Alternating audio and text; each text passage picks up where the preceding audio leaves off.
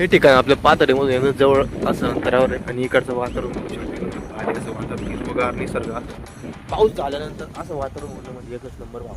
चला आपण तर इकडं तुम्ही बघू शकता असं काही आतमधलं वातावरण आहे बघण्यासारखं. पाहू आपण काय आहे तुम्हाला दाखवतो. भावांनो पातळीमध्ये एवढे भारी भारी ठिकाणी आपल्याला माहीतच नव्हतं.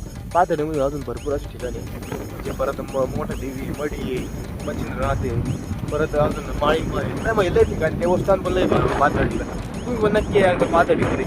तर इकडे बघू शकता तुम्ही लिहिलेले झाडाचे वय कसे मोजतात म्हणजे इकडे सगळी इन्फॉर्मेशन याच्यावर. इकडे बघू शकता तुम्ही जागेवर असे पोस्टर वगैरे लावलेल्या पाट्या.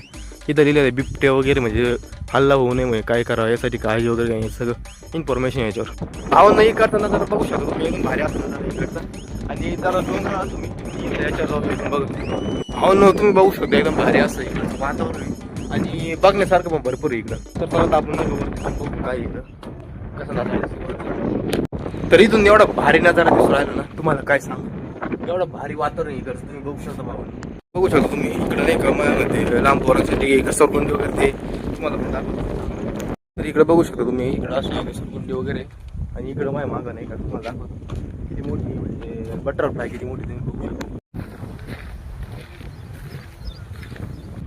तर भावांनो आता इथून चाललेलो मी घरी आणि भरपूर फिरलो म्हणजे लय भारी आणि वातावरण पण एकदम भारी आणि हिरवगार असं निसर्ग इकडं.